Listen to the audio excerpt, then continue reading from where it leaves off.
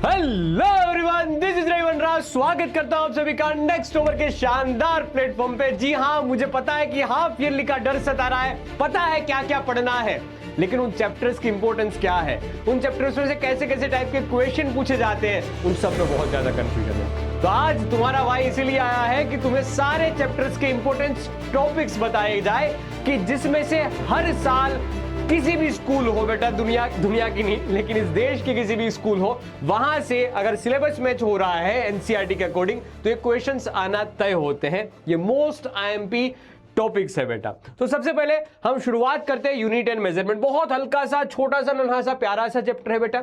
यहां से छोटे छोटे क्वेश्चंस पूछे जाते हैं एमसीक्यू फॉर्म में और थ्योरेटिकल क्वेश्चन के फॉर्म में। ऐसा यूनिट, ये सारी पीडीएफ आपको मिल जाएगी, चाहो तो इसका साथ साथ स्क्रीनशॉट लेते जाना बेटा। याद रखना, theoretical question plane angle, solid angle type के क्वेश्चन पूछे जा सकते हैं और न्यूमेरिकल हो या फिर एमसीक्यू, लेकिन यूनिट कन्वर्जन हमेशा आईएमपी रहता है, चाहे वो एक छोटा क्वेश्चन हो चाहे वो बड़ा क्वेश्चन हो। दिमाग में रखना ये पॉइंट्स। फिर है डायमेंशनल एनालिसिस बेटा। अगर कोई पेपर बनाने का चाहेगा और अच्छा क्वेश्चन बनाना है उनको यूनिट एंड मेजरमेंट से, तो हमेशा वो डायमेंशनल एनालिसिस वाले पार्ट को पसंद करेगा। और सबसे लास्ट में जहां से एमसीक्यूज पूछे जाते हैं और सबसे आसान टॉपिक यानी कि सिग्निफिकेंट नंबर्स, उन्हीं के साथ साथ उनके अरिथमेटिक ऑपरेशन है और एक्यूरेसी और प्रिसीजन वाला पार्ट है। तो यहां पर यूनिट 1 यानी कि यूनिट एंड मेजरमेंट यानी कि चैप्टर नंबर 1 कंप्लीट होता है। ये टॉपिक्स अगर आप कर लोगे तो इस चैप्टर में से कुछ भी नहीं जाएगा, ठीक है, पक्की बात है। अब आती है चैप्टर नंबर 2 की बात, जहां पर डिस्टेंस वर्सेस डिस्प्लेसमेंट, वही बच्चों वाला खेल जो क्लास 9th में आप पढ़ते थे, स्पीड वर्सेस वेलोसिटी। ये आईएमपी किस सेंस में पता है, यहां से न्यूमेरिकल पूछेंगे या फिर छोटा सा थ्योरेटिकल क्वेश्चन हो गया जो क्लास 9th में पूछते थे वैसे, लेकिन न्यूमेरिकल्स यहां पर आप देखोगे थोड़े एडवांस लेवल के होंगे। आपने ये चैप्टर पढ़ा होगा ऑफ कोर्स, और नहीं पढ़ा तो यहां पर इन टॉपिक्स के ऊपर, इन कंसेप्ट के ऊपर ज्यादा फोकस रखना, ठीक है। याद रखना, इक्वेशन ऑफ मोशन कैसे डिराइव करते हैं और डेरिवेशन के साथ साथ न्यूमेरिकल भी पूछे जाते हैं यहां पर। याद रखना, ये क्लास 11 की बात है बेटा। 2 टाइप की डेरिवेशंस थी, अगर नहीं देखा है बेटा वन शॉट्स में दोनों चीज कवर की गई है। फिर स्टॉपिंग डिस्टेंस, इन्हीं में से एक निकाला हुआ फॉर्मूला है। इसी के साथ साथ मोशन अंडर ग्रेविटी की, जहां के क्वेश्चंस बहुत फेमस है, ये पूछे जाते हैं। स्क्रीनशॉट साथ साथ लेते जाना, मैं साइड हट जाता हूं। 1 2 3 okay. Motion in plane, scalar versus vector, ये कुछ खास बहुत ज्यादा विशेष कंसेप्ट नहीं है, लेकिन यहां से एक कंसेप्ट बिल्ड होता है जिसको थियोरेटिकल फॉर्म में पूछा जा सकता है। रिजोल्यूशन ऑफ वेक्टर पे भी एमसीक्यूज और छोटे छोटे, बहुत छोटे छोटे न्यूमेरिकल्स, रेन मिल टाइप के प्रॉब्लम होते हैं, वो पूछे जा सकते हैं। फिर प्रोजेक्टाइल मोशन सबसे इंपॉर्टेंट टॉपिक है बेटा इस चैप्टर में। अगर कोई सबसे इंपॉर्टेंट चीज है तो प्रोजेक्टाइल मोशन है बेटा। भर भर के क्वेश्चन है, भर भर के थियरीज है इसके ऊपर, भर भर के डेरिवेशन है। इक्वेशन ऑफ ट्रेजेक्टरी का डेरिवेशन भी इसी के अंदर आता है, जिसको ईओटी में लिखा है। याद रखना, एच मैक्सिमम, रेंज और टाइम ऑफ फ्लाइट, ये चीजें बहुत इंपॉर्टेंट है। यहां से या तो वो फॉर्मूला बेस्ड न्यूमेरिकल बनाएगा या डेरिवेशन पूछेगा। याद रखना बेटा, सही में बताता जा रहा हूं, बहुत शॉर्ट वे में बता रहा हूं कि ये चीज के ऊपर ध्यान ज्यादा देना है। अदरवाइज कोई फालतू की चीज को दिमाग में घुसेड़ के याद रखने की जरूरत नहीं है। जितना बताया जा रहा है उतना याद रखो, अच्छा स्कोर करके लाओगे, मैं भरोसा देता हूं। लास्ट में यूनिफॉर्म सर्कुलर मोशन में एक इंपॉर्टेंट डेरिवेशन है जो है AC = v² डिवाइड बाय, बहुत बार, हर बार पूछा जाता है, ऐसा आप बोल सकते हो। जहां कहीं भी यूनिफॉर्म सर्कुलर मोशन की बात आएगी तो या तो कोई एमसीक्यू आता है या डेरिवेशन या हल्का सा थ्योरेटिकल क्वेश्चन की यूनिफॉर्म सर्कुलर मोशन क्या होता है। लेकिन अगेन बेटा, अगर अच्छा क्वेश्चन बनाना है तो डेरिवेशन ऑफ कोर्स आएगा। ये थी शुरुआत के 3 चैप्टर की बात। देखो, जहां तक आपके स्कूल एग्जामिनेशन में हाफ ईयरली का चैप्टर्स दे रखे हो वहां तक आप देखना, उसके आगे की आपको देखने की जरूरत नहीं है, ठीक है। तो शुरुआत के 3 चैप्टर तो हर किसी के स्कूल में आ रहे होंगे। आपके स्कूल में आ रहे हैं कितने चैप्टर्स आ रहे हैं वो कमेंट सेक्शन में जरूर लिख के जाना। बात आती है लॉज ऑफ मोशन की। अगेन बेटा, जैसा नाम वैसा काम, न्यूटन बाबा के तीनों लो मोस्ट आईएमपी, और इनके ऊपर जो सेकंड लॉ से जो क्वेश्चंस बनाए जाते हैं ना, जो सेकंड लॉ और एफबीडी से जुड़े हुए क्वेश्चन बनाए जाते हैं ना बेटा, टॉप लेवल के, ब्लॉक के पास ब्लॉक रखा हुआ, उसको धक्का देते जा रहे हैं, स्ट्रिंग से 2 ब्लॉक जुड़े हुए एक को खींचे जा रहे हैं, तब क्या होगा, वो सारी चीजें यहां पर आती है न्यूटन्स लॉ में। तो न्यूटन्स लॉ, उसकी एप्लीकेशन खास करके देखना, एप्लीकेशन में पीसीएलएम भी आता है। पीसीएलएम को भूलना नहीं है दोस्त, principle of conservation of linear momentum, याद है ना दोस्तों? हाँ जी, सारी बातें पढ़ाई हुई है। अगर नहीं याद तो वन शॉट को देख लेना, उस वन शॉट में से आपको पता चल जाएगा। मैं क्यों इस आईएमपी टॉपिक्स को डिस्कस कर रहे हैं हम, क्यों हम आईएमपी कंसेप्ट को डिस्कस कर रहे हैं? इस वजह से क्योंकि जो पूछा जा रहा है उसको हम लिखने की आदत डालेंगे। अब जो नहीं पूछा जा रहा है उसको दिमाग में जरूर डालेंगे, लेकिन याद रखा नहीं रखा बस दिमाग के एक कोने में पड़ी रहेगी चीजें। लेकिन जो पूछा जाएगा उसको बाय हार्ट करना होगा आपको, ठीक है। मोमेंटम की बात, इंपल्स की बात, जहां से क्वेश्चंस आते हैं एमसीक्यू फॉर्म में। स्टैटिक और काइनेटिक फ्रिक्शन के पार्ट हो जाएंगे। यहां से बहुत बार पूछा गया कि स्टैटिक फ्रिक्शन और काइनेटिक फ्रिक्शन में क्या डिफरेंस होता है, और फिर वहां से कहानी एक मोड़ लेती है एंगल ऑफ रिपोज और एंगल ऑफ फ्रिक्शन, इन दोनों पॉइंट पे, ठीक है। ये भी याद रख लेना, एंगल ऑफ फ्रिक्शन जिसको अल्फा कहते हैं ना, एंगल ऑफ रिपोज जिसको थीटा के फॉर्म में भी हमने डिराइव किया था, वो भी क्वेश्चन यहां पर एक आईएमपी रहेगा। फिर बात आती है सर्कुलर मोशन की।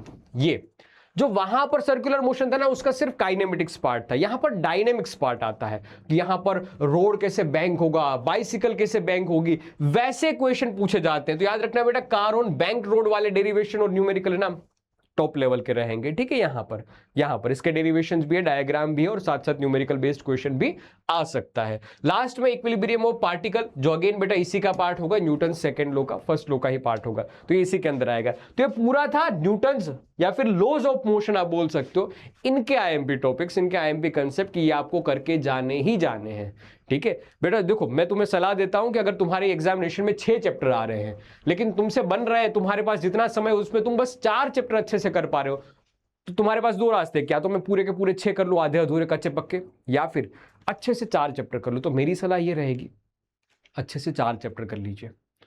जितना करो उतना इतना शानदार तरीके से करो कि उसमें से कुछ भी पूछा जाए आप सब कर लोगे। और मैं यहां पर ऐसा नहीं बता रहा हूं कि बस यही आएगा ये कर लो, बेटा ये ही है, इसको कर लोगे पूरा चैप्टर हो ही गया, कुछ बाकी नहीं रहा है। जहां से क्वेश्चन हर साल पूछे जाते हैं वो यही टॉपिक्स है, यही कंसेप्ट है। तो ये कर लिया वो चैप्टर एकदम मजबूत हो जाएगा। तो मैं आपको सलाह देता हूं कि अगर 4 चैप्टर कर पा रहे हो तो 4 अच्छे से कर लेना, बाकी की करने की जरूरत अभी नहीं है, बाद में जब भी समय मिले कवर कर लेना। आगे आते हैं work energy power, dot product की, जहां से उतरे कुछ खास क्वेश्चन पूछे नहीं जाते, लेकिन अगर डॉट प्रोडक्ट समझोगे तभी वर्क डन का मैथमेटिकल फॉर्मूला समझ पाओगे। हाँ, डॉट प्रोडक्ट में एक ऐसा होता है कि एक के ऊपर दूसरे का प्रोजेक्टाइल लेना, तो वो पूछा जा सकता है। एक हल्का सा एग्जांपल नंबर 1 वहां पर देख लेना, इसी में वर्क एनर्जी पावर में एग्जांपल नंबर 1 दे रखा है वो, ठीक है। अदरवाइज वर्क डन से कहानी आईएमपी हो जाती है कि वर्क डन क्या होता है, वर्क एनर्जी थ्योरम जहां से क्वेश्चंस भी आते हैं, डेरिवेशन भी आते हैं, और न्यूमेरिकल, ये पूरे चैप्टर का एक हॉट टॉपिक रहने वाला है। उसके बाद पोटेंशियल एनर्जी, बेटा यहाँ ग्रेविटेशनल और स्प्रिंग पोटेंशियल एनर्जी दोनों इंपॉर्टेंट रहेगी। बाद में आगे बढ़ेंगे, कंजर्वेशन ऑफ मैकेनिकल एनर्जी, वो भी इस वर्क एनर्जी थ्योरम का ही एक छोटा सा पार्ट है, जहां पर एक्सटर्नल वर्क डन, ठीक है मैं पढ़ाने लग जाऊंगा अभी, वापस पढ़ाता नहीं हूं, जहां पर कुछ कुछ कंडीशंस दे रखी है और उनके बेसिस पे conservation of mechanical energy derive होती है। ये भी याद रखना कब कंडीशन कौन सी अप्लाई करनी है वो। और लास्ट में कोलिजन, जो भी अगेन एक हॉट टॉपिक रहने वाला है पूरे चैप्टर्स का, इलास्टिक इन इलास्टिक, उनके बेसिस पे बहुत सारे फॉर्मूले डिराइव किए थे। यहां से न्यूमेरिकल और एमसीक्यू बहुत अच्छे लेवल के पूछे जाते हैं।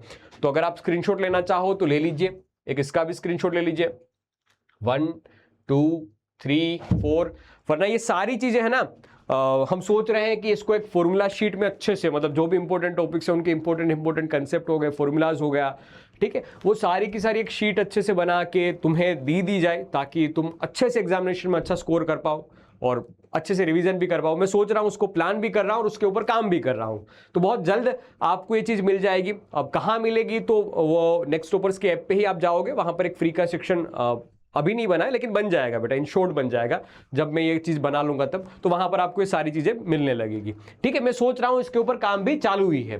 तो ये हो रही शुरुआत के 5 चैप्टर की बात। अब कोई ऐसा बच्चा होगा कि सर हमारी एग्जामिनेशन में तो 7 चैप्टर आ रहे हैं, ठीक है, 7 चैप्टर की बात कर लेते हैं। चैप्टर नंबर 6, यहां से हर बच्चा डरता है, तो मैं इसीलिए तुम्हें अगेन सजेशन वही देता हूं कि इसके शुरुआत के 5 चैप्टर एकदम कंप्लीट है, तभी ये वाले चैप्टर को छूना, वरना मत छूना। जो लोग बोलते हैं वो बात सही हो जाएगी। अगर आप सीधा इस चैप्टर पे जंप कर रहे हो तो कोशिश करना कि पहले जितने भी चैप्टर हो कंप्लीट हो, और उसके बाद आपको रोटेशनल मोशन नाम का चैप्टर को छूना है। और मैं तो तुम्हें बोल रहा हूं कि अगर देखो आगे के क्लियर कट नहीं हुए हैं और तुम्हें कच्चा पक्का है तो और तुम्हें जंप करना है, तो तुम इस चैप्टर के ऊपर जंप कर देना। स्कोरिंग चैप्टर है ये, बहुत स्कोरिंग चैप्टर है। यूनिवर्सल लॉ ऑफ ग्रेविटेशन जो आप क्लास 9 में पढ़ते हैं, एक्सेलरेशन ड्यू टू ग्रेविटी, हल्का फुल्का यहाँ पर एडवांस लेवल पे है, जो क्लास 9th के कंपैरिजन में है, लेकिन काम का है, आसान है बेटा। तो ये सारी चीजें, और इसमें भी बेटा केपलर्स लॉ हर साल पूछा जाता है, हर साल पूछा जाता है। तो मैं तो तुम्हें ये सजेशन दूंगा कि तुम इस चैप्टर पे आ जाना। अगर आपको ऐसा लग रहा है कि मेरे पास रोटेशनल मोशन के लिए समय नहीं है या आगे के कंसेप्ट मैंने उतने अच्छे से किए नहीं है, तब की बात है, otherwise you can go with the flow. तो ये सारी बात रहेगी orbital motion, orbital speed, escape speed और एनर्जी ऑफ ऑर्बिटिंग सैटेलाइट। यहां से एमसीक्यू पूछे जाते हैं, न्यूमेरिकल पूछे जाते हैं, वो मैंने साथ साथ लिख दिए, आप इस चीज को नोट डाउन कर लेना। अब आखिरी चैप्टर की बात कर लेते हैं जो कि है रोटेशनल मोशन। क्रॉस प्रोडक्ट बहुत कम क्वेश्चन आते हैं, लेकिन ये कॉन्सेप्ट बिल्डिंग का काम करेगा। किसके रिगार्डिंग? टॉर्क क्या होता है वो समझने के लिए, एंगुलर मोमेंटम को समझने के लिए। कंजर्वेशन ऑफ एंगुलर मोमेंटम हर बार पूछा जाता है, एक आईएमपी टॉपिक, एक हॉट टॉपिक है बेटा इस पूरे चैप्टर का। फिर आता है न्यूमेरिकल वाला सेक्शन, यानी कि mechanical equilibrium. Mechanical equilibrium most famous topic है बेटा। किसी को भी अगर रोटेशनल मोशन का एक अच्छा क्वेश्चन बनाना है तो या तो मैकेनिकल इक्विलिब्रियम पसंद करेगा या फिर पुली टाइप के, पुली ब्लॉक टाइप के क्वेश्चन को पसंद करेगा, जिसमें पुली है वो घूमती है। यहां पर पुली है वो घूमती है। यह एक कंसेप्ट मैंने मिस किया था बीच में, वो था मोमेंट ऑफ इनर्शिया। याद रखना, मोमेंट ऑफ इनर्शिया भी बहुत काम का टॉपिक है। इसको पढ़े बिना आप रोटेशनल मोशन के हार्ट को समझ ही नहीं पाओगे, रोटेशनल मोशन को कभी समझ नहीं पाओगे। तो ये भी एक आईएमपी टॉपिक रहेगा। तो ये सारी बात थी शुरुआत के 4 चैप्टर की। अब आप बताना आपकी स्कूल एग्जामिनेशन में कब है फिजिक्स का पेपर और कितने चैप्टर्स आने वाले हैं, ठीक है। तो ये हट जाता हूं मैं, स्क्रीनशॉट शायद ले लिया है आपने इस चैप्टर का या पता नहीं है, मुझे नहीं लिया है तो वापस ले लीजिए। देखो यहां से शुरुआत की थी, 1 2 3 ले लिया स्क्रीनशॉट, बहुत बढ़िया। 1 2 खटाक, बढ़िया, 1 2 खटाक, ठीक है। तो यही थी आईएमपी टॉपिक्स की बात, आईएमपी कंसेप्ट की बात। इसमें क्या क्या कंसेप्ट से कौन कौन से टाइप के थ्योरेटिकल क्वेश्चन आते हैं, कैसे न्यूमेरिकल आते हैं, वो साथ साथ मैंने लिख दिया है, और कहां से एमसीक्यूज पूछे जाते हैं वो भी मैंने साथ साथ लिख दिया है। तो मुझे ऐसा फील हो रहा है कि तुम सही में इस जो भी कंसेप्ट की लिस्ट मैंने दी है उसको अच्छे से रिवाइज करोगे, अच्छे से पढ़ोगे, और जितना होगा उतना बहुत अच्छी तरीके से पढ़ोगे और फोड़ के आओगे, ठीक है। यहीं तक रखते हैं आज की बात, मिलेंगे अगली बार नई नई बातों के साथ। तब तक के लिए टाटा बाय बाय और ऑल द बेस्ट मेरे लाल।